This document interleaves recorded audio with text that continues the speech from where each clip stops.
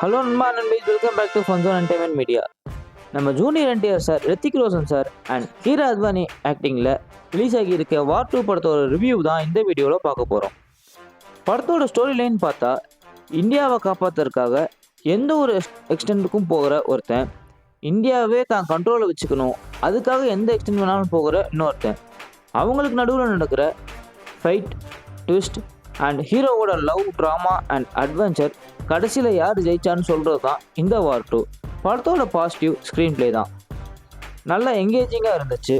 2 மணி நேரம் 40 நிமிஷம்ன்றது டக்குன்னு போன மாதிரி தான் இருந்துச்சு.